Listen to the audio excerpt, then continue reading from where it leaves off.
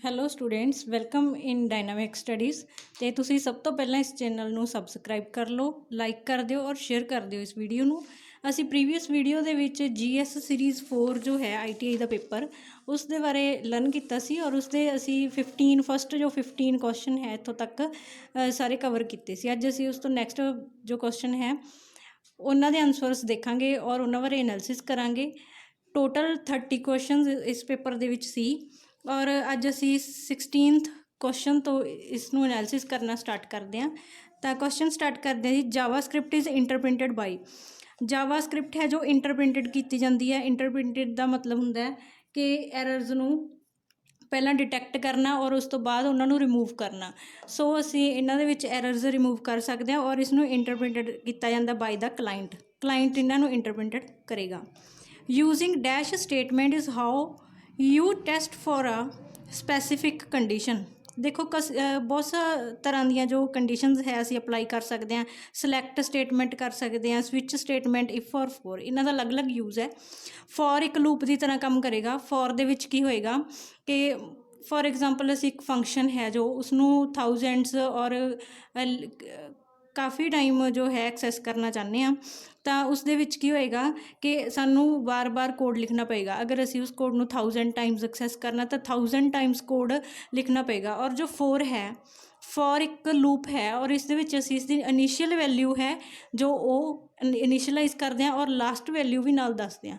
ਅਗਰ first value 1 ਹੈ ਔਰ ਲਾਸਟ ਵੈਲਿਊ 1000 ਹੈ ਤਾਂ ਅਸੀਂ ਇੱਕ ਵਾਰ ਕੋਡ ਲਿਖਾਂਗੇ ਔਰ ਜੋ ਲੂਪ ਹੈ ਉਹ ਫਸਟ ਤੋਂ ਐਗਜ਼ੀਕਿਊਟ ਕਰਨਾ ਸਟਾਰਟ ਕਰੇਗਾ, ਫਿਰ 2 ਨੂੰ ਕਰੇਗਾ, 3 ਨੂੰ ਕਰੇਗਾ, ਅਪ ਟੂ ਸੋਨ 1000 ਨੰਬਰ ਤੱਕ ਸਭ ਨੂੰ ਐਗਜ਼ੀਕਿਊਟ ਕਰੇਗਾ। ਔਰ ਸਾਨੂੰ ਬਾਰ-ਬਾਰ ਕੋਡ ਲਿਖਣ ਦੀ ਲੋੜ ਨਹੀਂ, ਸਿਰਫ ਇੱਕ ਵਾਰ ਕੋਡ ਲਿਖ ਕੇ ਐਗਜ਼ੀਕਿਊਸ਼ਨ ਥਾਊਜੈਂਡਸ ਔਰ ਲੱਖ ਟਾਈਮਸ ਹੋ ਸਕਦੀ ਹੈ।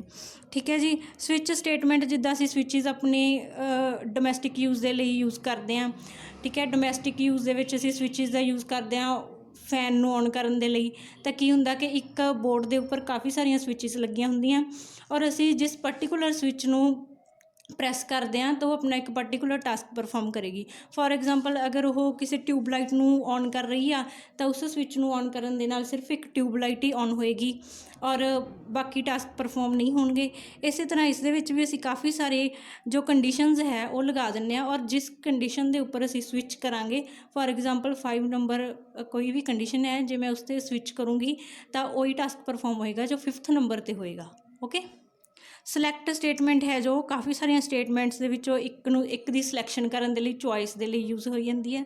ਔਰ ਜੋ ਇਫ ਸਟੇਟਮੈਂਟ ਹੈ, ਇਫ ਇੱਕ ਇਸ ਤਰ੍ਹਾਂ ਦੀ ਸਟੇਟਮੈਂਟ ਹੈ ਕਿ ਇਸ ਦੇ ਵਿੱਚ ਅਸੀਂ ਅਗਰ ਟਰੂ ਕੰਡੀਸ਼ਨ ਸਾਡੀ ਟਰੂ ਹੋਏਗੀ ਔਰ ਕੰਡੀਸ਼ਨ ਚੈਕਿੰਗ ਤੋਂ ਬਾਅਦ ਸਟੇਟਮੈਂਟ ਨੂੰ ਐਗਜ਼ੀਕਿਊਟ ਕੀਤਾ ਜਾਏਗਾ। ਅਦਰਵਾਈਜ਼ ਅਗਰ ਕੰਡੀਸ਼ਨ ਸਾਡੀ ਰੋਂਗ ਹੋ ਜਾਂਦੀ ਆ ਐਗਜ਼ੀਕਿਊਸ਼ਨ ਤੋਂ ਬਾਅਦ ਤਾਂ ਕੰਡੀਸ਼ਨ ਦਾ ਕੋਈ ਵੀ ਪਾਰਟ ਹੈ ਜੋ ਐਗਜ਼ੀਕਿਊਟ ਨਹੀਂ ਕਰੇਗਾ। ਸੋ ਅਗਰ ਅਸੀਂ ਚਾਹੁੰਦੇ ਹਾਂ ਕਿ ਸਾਡੀ ਕੰਡੀਸ਼ਨ ਫਾਲਸ ਹੋਣ ਤੋਂ ਬਾਅਦ ਵੀ ਸਾਨੂੰ ਕੋਈ ਨਾ ਕੋਈ ਐਗਜ਼ੀਕਿਊਸ਼ਨ, ਕੋਈ ਨਾ ਕੋਈ ਸਟੇਟਮੈਂਟ ਹੈ ਜੋ ਪਤਾ ਲੱਗੇ ਤਾਂ ਅਸੀਂ ਇਫ ਦੇ ਨਾਲ ਐਲਸ ਦਾ ਯੂਜ਼ ਕਰ ਲੈਂਦੇ ਹਾਂ। ਸੋ ਕਿਸੇ ਵੀ ਸਪੈਸੀਫਿਕ ਕੰਡੀਸ਼ਨ ਦੇ ਲਈ ਅਸੀਂ ਯੂਜ਼ ਕਰਦੇ ਹਾਂ ਜੀ ਇਫ ਦਾ। If is the right answer for this question. Next question ਹੈ ਜੀ, the dash method of an array object add or remove elements from an array. Array ਕੀ ਹੁੰਦਾ ਹੈ? ਸਭ ਤੋਂ ਪਹਿਲਾਂ ਤਾਂ ਐਰੇ ਬਾਰੇ ਲਰਨ ਕਰਾਂਗੇ। ਐਰੇ ਇੱਕ ਹੋਮੋਜੀਨੀਅਸ ਡਾਟਾ ਟਾਈਪਸ ਹੈ। ਹੋਮੋਜੀਨੀਅਸ ਦਾ ਮਤਲਬ ਹੈ ਕਿ ਅਗਰ ਮੈਂ ਕੋਈ ਇੰਟ ਟਾਈਪ ਡਿਕਲੇਅਰ ਕੀਤਾ ਐਰੇ ਦੇ ਵਿੱਚ ਔਰ ਉਸ ਦੇ ਵਿੱਚ ਫੋਰ ਐਗਜ਼ਾਮਪਲ ਮੇਰੇ ਕੋਲ 10 ਐਲੀਮੈਂਟਸ ਹੈ ਤਾਂ 10 ਦੇ 10 ਐਲੀਮੈਂਟ ਇੰਟ ਦੇ ਨਾਲ ਹੀ ਬਿਲੋਂਗ ਕਰਨਗੇ, ਫਲੋਟ ਔਰ ਕੈਰ ਦੇ ਨਾਲ ਨਹੀਂ ਕਰਨਗੇ।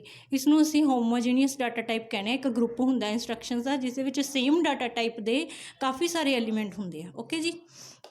ਤਾਂ ਅਸੀਂ ਅਗਰ ਐਰੇ ਦੇ ਵਿੱਚ ਕਿਸੇ ਵੀ ਓਬਜੈਕਟ ਨੂੰ ਐਡ ਔਰ ਰਿਮੂਵ ਕਰਨਾ ਚਾਹੁੰਦੇ ਹਾਂ ਤਾਂ ਅਸੀਂ ਸਪਲਾਈਸ ਦਾ ਯੂਜ਼ ਕਰਦੇ ਹਾਂ। ਓਕੇ। ਸ਼ਿਫਟ ਦਾ ਯੂਜ਼ ਕੀਤਾ ਜਾਂਦਾ ਐਰੇ ਦੇ ਸਾਈਜ਼ ਨੂੰ, ਐਰੇ ਨੂੰ ਸ਼ਿਫਟ ਕਰਨ ਦੇ ਲਈ। ਅਗਰ ਅਸੀਂ ਬਿਟ ਵਾਈਜ਼ ਸ਼ਿਫਟ ਯੂਜ਼ ਕਰਦੇ ਹਾਂ, ਇਹ ਦੋ ਤਰ੍ਹਾਂ ਦੀ ਸ਼ਿਫਟ ਹੁੰਦੀ ਹੈ, ਬਿਟ ਵਾਈਜ਼ ਰਾਈਟ ਔਰ ਬਿਟ ਵਾਈਜ਼ ਲੈਫਟ। ਤਾਂ ਇਸ ਤਰ੍ਹਾਂ ਅਸੀਂ ਐਰੇ ਨੂੰ ਲੈਫਟ ਔਰ ਰਾਈਟ ਜੋ ਹੈ ਸ਼ਿਫਟ ਦੇ ਨਾਲ ਮੂਵ ਕਰ ਸਕਦੇ ਹਾਂ। ਮਤਲਬ ਜਿਸ ਤਰ੍ਹਾਂ ਅਸੀਂ ਆਪਣੀ ਸ਼ਿਫਟਿੰਗ ਕਰ ਸਕਦੇ ਹਾਂ ਇੱਕ ਜਗ੍ਹਾ ਤੋਂ ਦੂਸਰੀ ਜਗ੍ਹਾ, ਉਸ ਤਰ੍ਹਾਂ ਅਸੀਂ ਐਰੇ ਦੇ ਐਲੀਮੈਂਟਸ ਨੂੰ ਵੀ ਸ਼ਿਫਟ ਕਰ ਸਕਦੇ ਹਾਂ from one place to another. Next ਹੈ ਜੀ ਰਿਵਰਸ। ਰਿਵਰਸ ਔਡਰ ਹੈ ਕਿ ਜਿੱਦਾਂ ਅਸੀਂ ਮੈਡਮ ਦਾ ਰਿਵਰਸ ਔਡਰ ਕਰੀਏ MADAM ਔਰ ਅਗਰ ਅਸੀਂ ਇਸ ਦਾ ਰਿਵਰਸ ਕਰਦੇ ਹਾਂ ਤਾਂ ਅਸੀਂ ਇਸ ਨੂੰ ਰਾਈਟ ਸਾਈਡ ਤੋਂ ਸਟਾਰਟ ਕਰਾਂਗੇ। ਪਹਿਲਾਂ AM ਐਗਜ਼ੀਕਿਊਟ ਹੋਏਗੀ, ਫਿਰ A ਹੋਏਗੀ, ਫਿਰ D ਹੋਏਗੀ, ਫਿਰ A ਹੋਏਗੀ, ਫਿਰ M ਹੋਏਗੀ। ਤਾਂ ਇਸ ਦਾ ਰਿਵਰਸ ਹੈ ਜੋ ਇਕੁਅਲ ਹੈ। ਓਕੇ, ਮੈਂ ਵੈਸੇ ਇੱਕ ਕੰਡੀਸ਼ਨ ਇਹੋ ਜਿਹੀ ਲਈ ਹੈ ਜਿਸ ਦੇ ਵਿੱਚ ਇਕੁਅਲ ਹੈ। ਕਾਫੀ ਟਾਈਮਸ ਅਸੀਂ ਦੇਖ ਸਕਦੇ ਹਾਂ ਕਿ ਕਈ ਤਰ੍ਹਾਂ ਦੇ ਜੋ ਲੈਟਰ ਸਾਨੂੰ ਪ੍ਰੋਵਾਈਡ ਕੀਤੇ ਜਾਂਦੇ ਆ ਉਹ ਕਈ ਵਾਰ ਮੈਚ ਨਹੀਂ ਕਰਦੇ।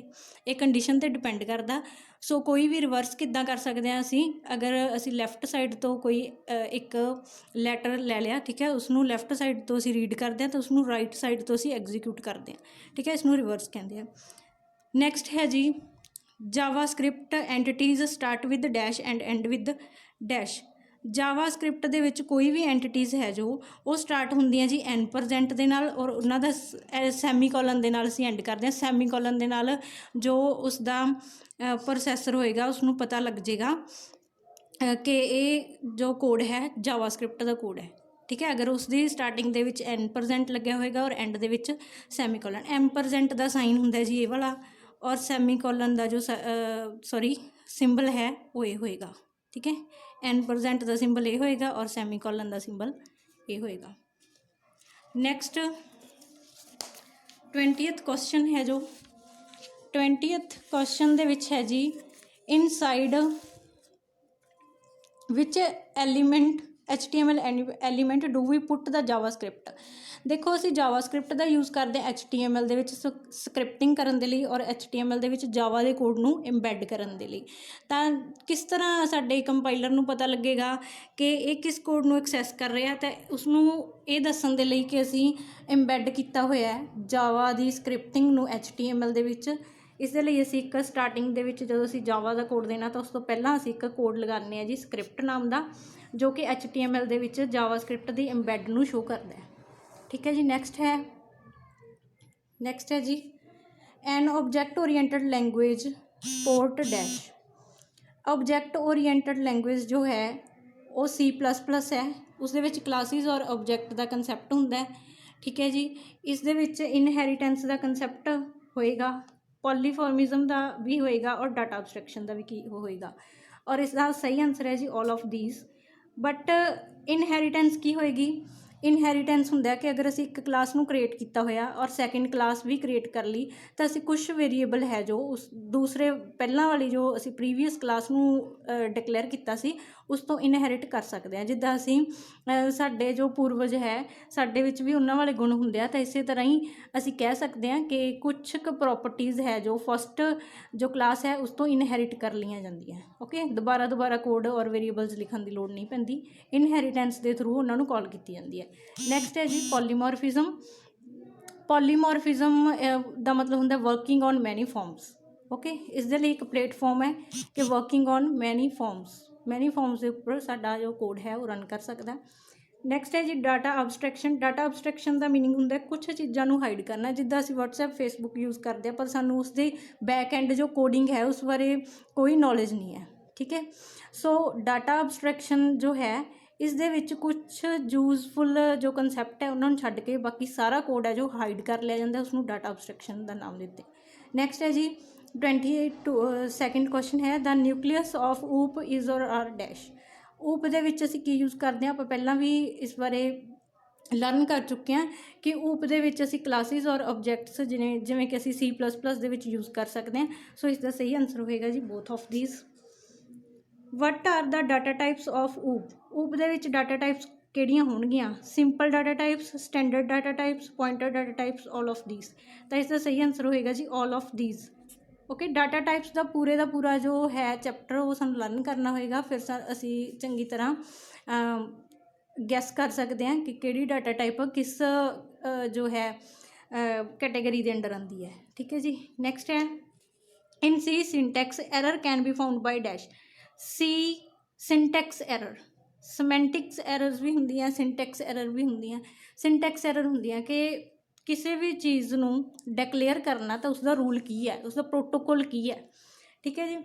ਤਾਂ ਕਿਸੇ ਵੀ ਪ੍ਰੋਟੋਕੋਲ ਨੂੰ ਜਦ ਅਸੀਂ ਫੋਲੋ ਕਰਦੇ ਹਾਂ ਤਾਂ ਉਹਨੂੰ ਅਸੀਂ ਸਿੰਟੈਕਸ ਕਹਿੰਦੇ ਹਾਂ।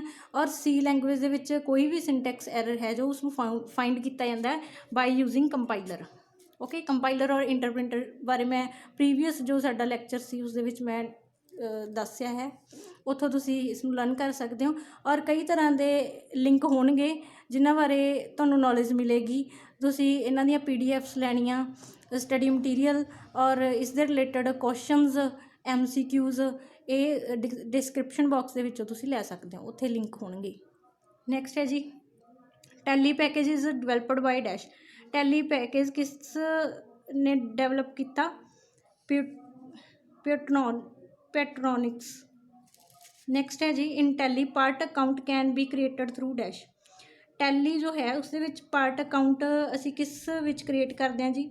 ਲੇਜਰ ਕ੍ਰੀਏਸ਼ਨ ਵਿੰਡੋ ਦੇ ਵਿੱਚ ਅਸੀਂ ਪਾਰਟ ਅਕਾਊਂਟ ਕ੍ਰੀਏਟ ਕਰ ਸਕਦੇ ਹਾਂ। ਨੈਕਸਟ ਹੈ in general the financial year shall we from. ਦੇਖੋ ਇਹ ਕੁਐਸਚਨ ਦੋ ਤਰ੍ਹਾਂ ਦੇ ਨਾਲ ਆ ਜਾਂਦਾ ਹੈ। ਫਰੋਮ ਦੀ ਜਗ੍ਹਾ 'ਤੇ ਕਈ ਵਾਰ ਟੂ ਦਾ ਯੂਜ਼ ਵੀ ਕੀਤਾ ਹੁੰਦਾ ਹੈ। ਅਗਰ ਫਰੋਮ ਹੈ ਤਾਂ ਇਸ ਦਾ ਮਤਲਬ ਹੈ ਕਿ ਫਾਈਨੈਂਸ਼ੀਅਲ ਈਅਰ ਇੰਡੀਆ ਦੇ ਵਿੱਚ ਕਦੋਂ ਤੋਂ ਸਟਾਰਟ ਹੁੰਦਾ ਹੈ, ਤਾਂ ਇਸ ਦਾ ਸਹੀ ਆਨਸਰ ਆਏਗਾ first April of any year. Financial year India ਦੇ ਵਿੱਚ 1 ਈਅਰ ਦਾ ਹੁੰਦਾ ਹੈ ਔਰ ਸਟਾਰਟ ਹੁੰਦਾ 1 ਅਪ੍ਰੈਲ ਟੂ 31 ਮਾਰਚ। ਓਕੇ, ਅਗਰ ਇੱਥੇ ਟੂ ਆਊਗਾ ਤਾਂ ਇਸ ਦਾ ਰਾਈਟ ਆਨਸਰ ਹੋਏਗਾ ਜੀ 31 ਮਾਰਚ, ਔਰ ਅਗਰ ਇੱਥੇ ਫਰੋਮ ਹੋਏਗਾ ਤਾਂ ਇਸ ਦਾ ਸਹੀ ਆਨਸਰ ਹੋਏਗਾ 1 ਅਪ੍ਰੈਲ। ਨੈਕਸਟ ਹੈ ਜੀ what is the utility of Tally vault password. Tally vault password ਹੈ ਜੋ ਉਸਦੀ ਯੂਟਿਲਿਟੀ ਕੀ ਹੈ? It will lock the period of company, it will lock all voucher enter for the company, it will not show the company name in company selection list और none of these. ਇਹਦਾ ਸਹੀ answer ਸੀ ਆਏਗਾ, ਕਿਉਂਕਿ ਜਦੋਂ ਅਸੀਂ ਕੋਈ ਵੀ password apply ਕਰਦੇ ਹਾਂ ਤਾਂ ਸਾਡਾ ਟੈਲੀ ਦਾ ਅਕਾਊਂਟ ਹੈ ਜੋ ਲਿਸਟ ਦੇ ਵਿੱਚੋਂ ਸਿਲੈਕਟਡ ਲਿਸਟ ਦੇ ਵਿੱਚੋਂ ਰਿਮੂਵ ਹੋ ਜਾਏਗਾ। ਠੀਕ ਹੈ ਜੀ। ਨੈਕਸਟ ਹੈ in Tally we can show bill wise detail for debtor and creditor by activating dash. Bill ਜੋ ਕ੍ਰੈਡਿਟ ਔਰ ਡੈਬਿਟਰ ਦੇ ਬਿੱਲ ਹੈ ਉਹਨਾਂ ਦੀ ਡਿਟੇਲ ਨੂੰ ਅਸੀਂ ਐਕਟੀਵੇਟ ਕਰ ਸਕਦੇ ਹਾਂ। ਇਸ ਦਾ ਕੋਈ ਵੀ ਪਰਪਸ ਹੋ ਸਕਦਾ ਹੈ ਕਿ ਅਸੀਂ ਪ੍ਰੀਵੀਅਸ ਡਿਟੇਲ ਨੂੰ ਫॉर द ਇਨਕੁਆਇਰੀ ਪਰਪਸ ਵੀ ਮਤਲਬ ਕਿ ਐਕਟੀਵੇਟ ਕਰਨਾ ਚਾਹੁੰਦੇ ਹਾਂ। ਠੀਕ ਹੈ, ਤਾਂ ਇਸ ਦਾ ਸਹੀ ਆਨਸਰ ਆਏਗਾ ਜੀ maintain bill wise detail. Maintain bill wise detail, ਇੱਥੋਂ ਅਸੀਂ ਜਾ ਕੇ ਇਸ ਨੂੰ ਐਕਟੀਵੇਟ ਕਰ ਸਕਦੇ ਹਾਂ। ਨੈਕਸਟ ਔਰ ਲਾਸਟ ਕੁਐਸਚਨ ਹੈ ਜੀ suspense account group is defined under dash. Liabilities ਦੇ ਅੰਡਰ ਜੋ ਹੈ ਟੈਲੀ ਦੇ ਵਿੱਚ ਅਸੀਂ ਸਸਪੈਂਸ ਅਕਾਊਂਟ ਗਰੁੱਪ ਹੈ ਜੋ ਉਸਨੂੰ ਡਿਫਾਈਨਡ ਕਰ ਸਕਦੇ ਹਾਂ। ਸੋ ਇਸ ਗਰੁੱਪ ਦੇ ਵਿੱਚ ਅਸੀਂ ਲਰਨ ਕੀਤਾ ਜੀ GS ਸੀਰੀਜ਼ ITI ਦੇ ਪੇਪਰ ਬਾਰੇ, ਔਰ ਇਸ ਪੇਪਰ ਦੇ ਜੋ ਕੁਐਸਚਨਸ ਹੈ ਕੰਪੀਟੀਟਿਵ ਐਗਜ਼ਾਮ ਦੇ ਵਿੱਚ ਵੀ ਆ ਜਾਂਦੇ ਆ। ਸੋ ਇਸ ਦੇ ਨਾਲ ਤੁਹਾਡਾ ਸਾਰਾ ਕੰਪਿਊਟਰ ਦਾ ਜੋ ਇਹ ਪੇਪਰ ਹੈ ਕੰਪਲੀਟ ਹੋ ਗਿਆ। ਨੈਕਸਟ ਵੀਡੀਓ ਦੇ ਵਿੱਚ ਅਸੀਂ ਨਵਾਂ ਇੱਕ ਹੋਰ ਪੇਪਰ ਕਰਾਂਗੇ ਜਿਸ ਦੇ ਵਿੱਚ ਵੈਰੀ ਇੰਪੋਰਟੈਂਟ ਕੁਐਸਚਨਸ ਬਾਰੇ ਅਸੀਂ ਲਰਨ ਕਰਾਂਗੇ। ਸੋ ਤੁਸੀਂ ਇਸ ਚੈਨਲ ਸਬਸਕ੍ਰਾਈਬ ਕਰੋ ਔਰ ਇਸ ਨੂੰ ਵੱਧ ਤੋਂ ਵੱਧ ਸ਼ੇਅਰ ਕਰੋ। Thank you for watching.